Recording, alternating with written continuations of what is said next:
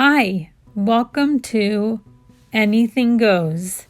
My name is Amanda, and today I'm going to be showing you how I made 3 different styles of snowflakes.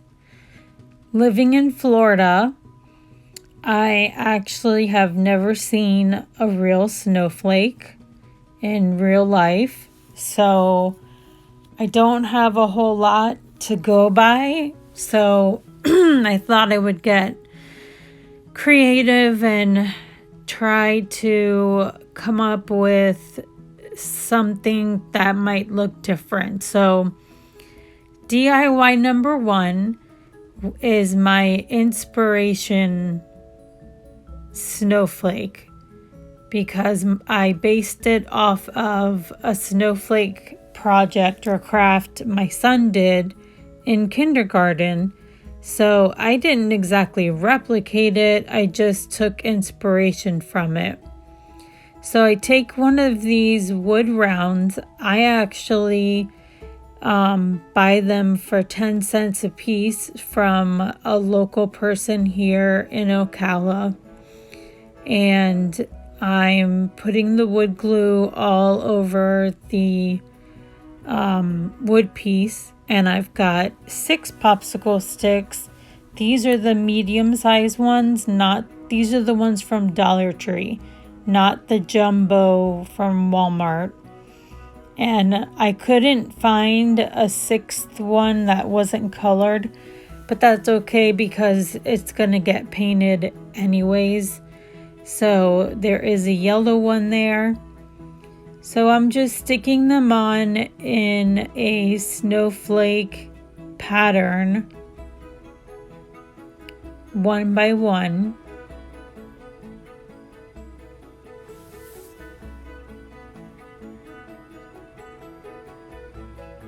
Now, once I've got them all stuck on, and you see some of the Jenga blocks there, it's just because they were like falling off a little.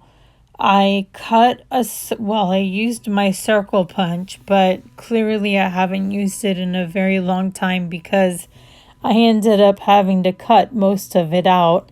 But I cut a circle out of cardstock, and this is so I can fill the back with glue, hot glue, so that way it's not just wood glue holding the popsicle sticks in place, but it's also hot glue. So, because I've had different experiences with wood and hot glue. Sometimes I can't get it won't stick, it just comes right apart. Sometimes it stays. So I can't figure it out. And I use the Gorilla glue sticks. So here I'm just gonna pile on a bunch of hot glue, and once I've got it full and all popsicle sticks have been connected with the hot glue, then I'm gonna put this circle on the back. And the circle really is not because I wanted to finish it or make it look like it's finished. It was really a stability thing. So once I've got the structure built, now it is time to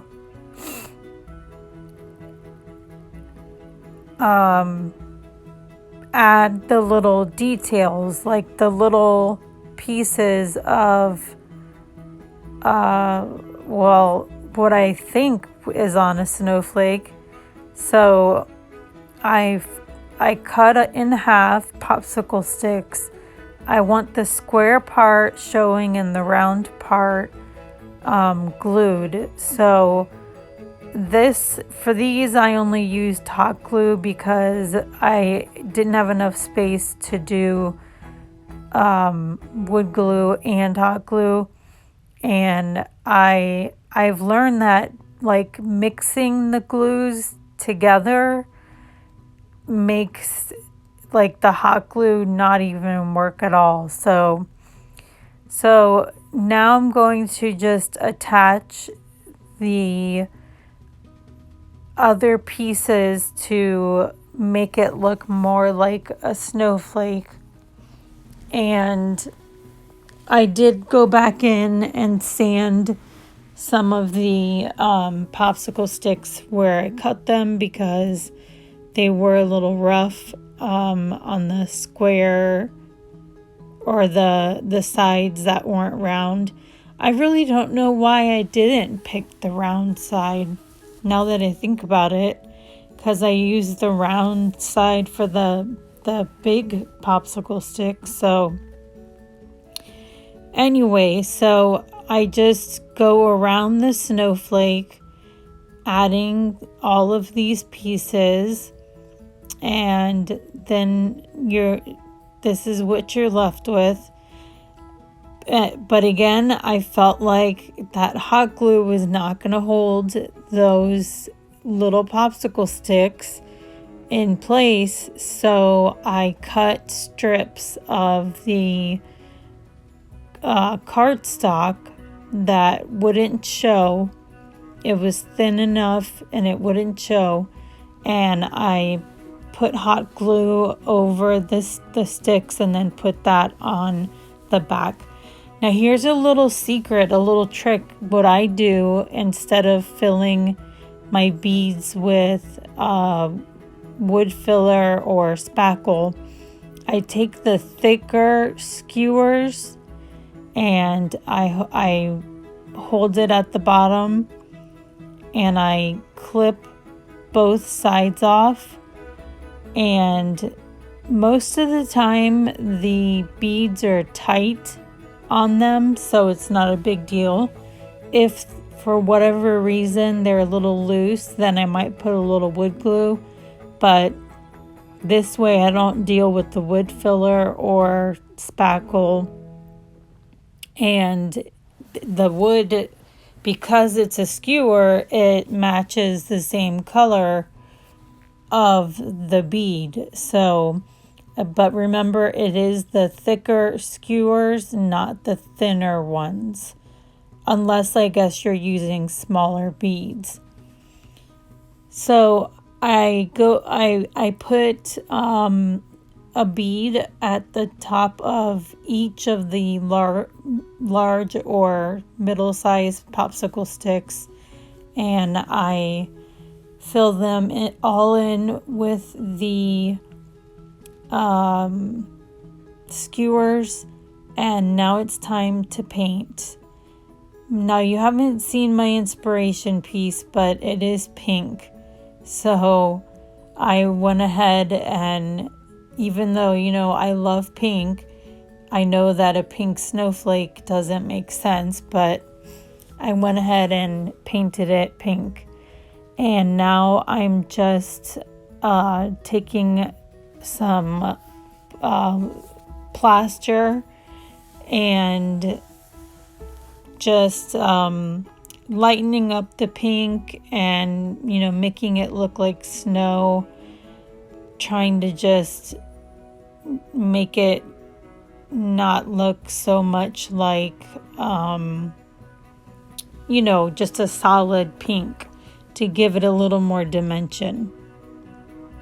So I go around the whole entire snowflake, all the pieces, the beads, and then eventually, oh no, I don't do the wood round here. I only do the sides. So, and then here's what, and it is a lot more toned down when it is like that. So my inspiration piece has a lot of little gemstones, and I just wanted to stick with some kind of new colors that went with that. I didn't want to do a mixture of colors, so I did clear gemstones around the center and then I put a pink glass rock in the center of the gemstones. And the next thing I'm going to add to the snowflake, because the middle section, the two middle sections, I add these beads to the little V's on the bigger tongue depressors, but the space between the top three and the bottom three was really bothering me, and I felt like it needed something, but not another stick. So what I did was I took some of my pink baker's twine, and I didn't make a full tassel, but I followed the tassel steps. So I wrapped it around. I used a piece of cardboard, and then I tied it at the top, and then I cut the bottom, and that's all that I did as far as making the tassel like object. So I wanted to put a tassel on each side of the snowflake, but I got to thinking, well, when you hang this on the wall, the tassel is just gonna flop down. So what I decided to do was take some white Elmer's glue and just squeeze it all over the tassel and paint it on the front and the back and kind of shape it into the shape that I wanted. And I tested it before I actually recorded it. I made one, and then the next morning checked it out, and it was hard as a rock. So I knew it would stay straight or stand up on the wall once I glued it to the back of the wood round. And I apologize if my voice sounds different. I've been having some type of cold, or I don't know what is going on. But so here I'm just making the tassel, and then you'll see me once it's cut, I squirt the white Elmer's glue all over it and paint it. And I already had one done from another night that I tested it to see if it would work or not, and waited for the new one to dry. And once it was dry and I had both of them dry, I did trim them so they kind of matched each other, and then I glued them on to the back.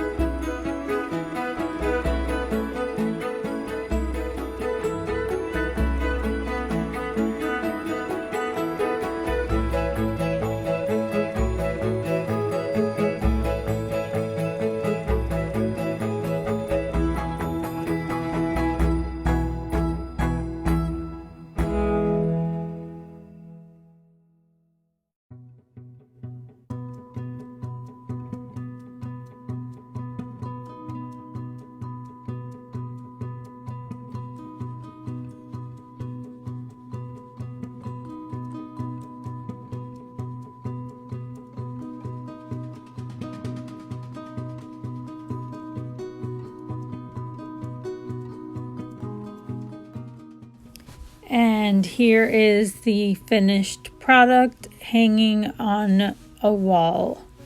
Okay, DIY number 2, the Florida snowflake. I really wasn't being funny with this. I know it is kind of a little funny, but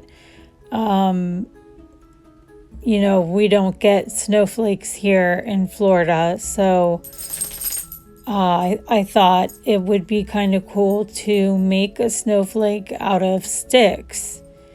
So I took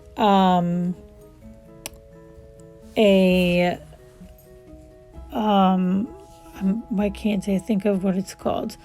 I took a thing you paint and painted it with 2 coats of lacquer, and then I took another wood round. This one is a different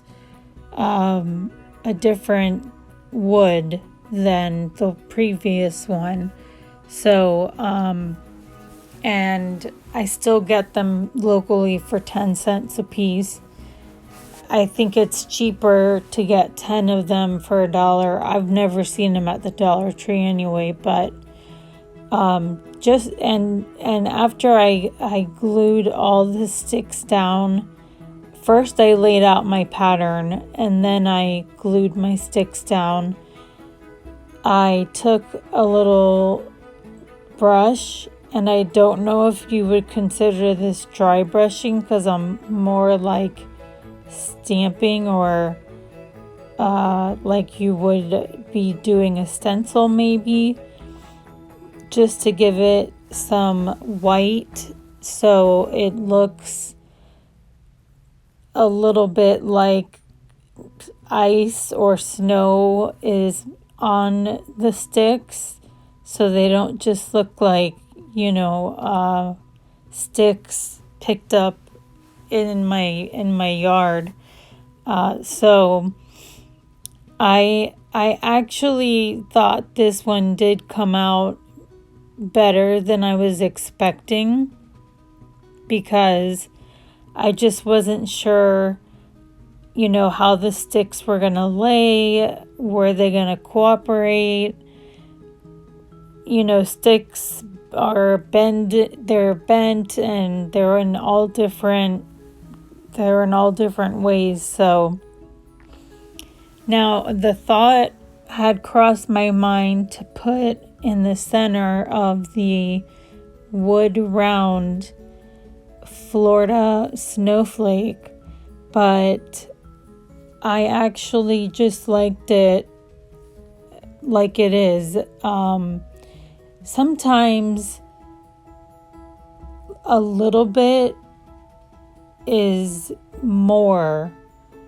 So I thought about adding some jute twine, because that would go along with like sticks and things like that.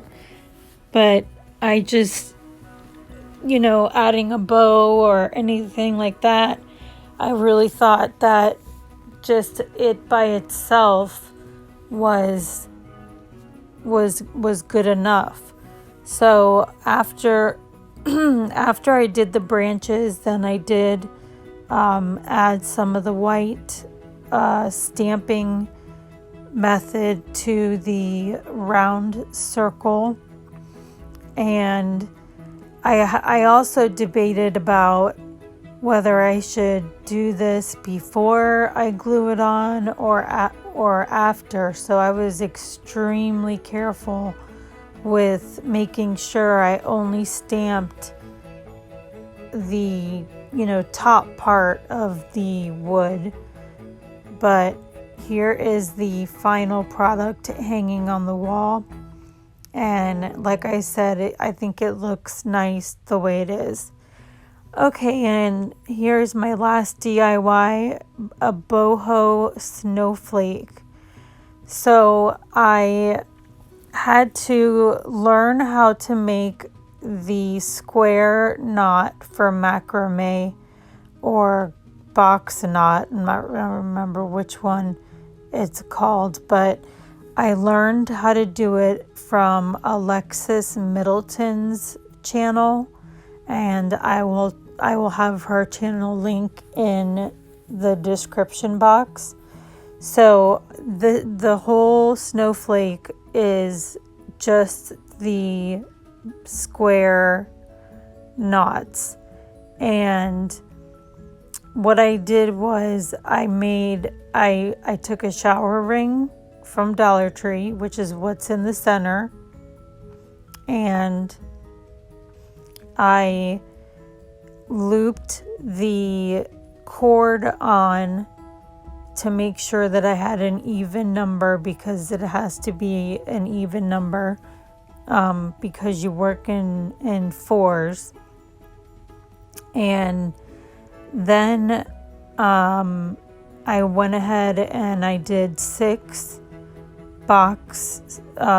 square box stitches on all of them, and on 2 of them I connected them together by taking 2 strings from each one to give it another level of a snowflake, so it didn't just look like a circle with a star.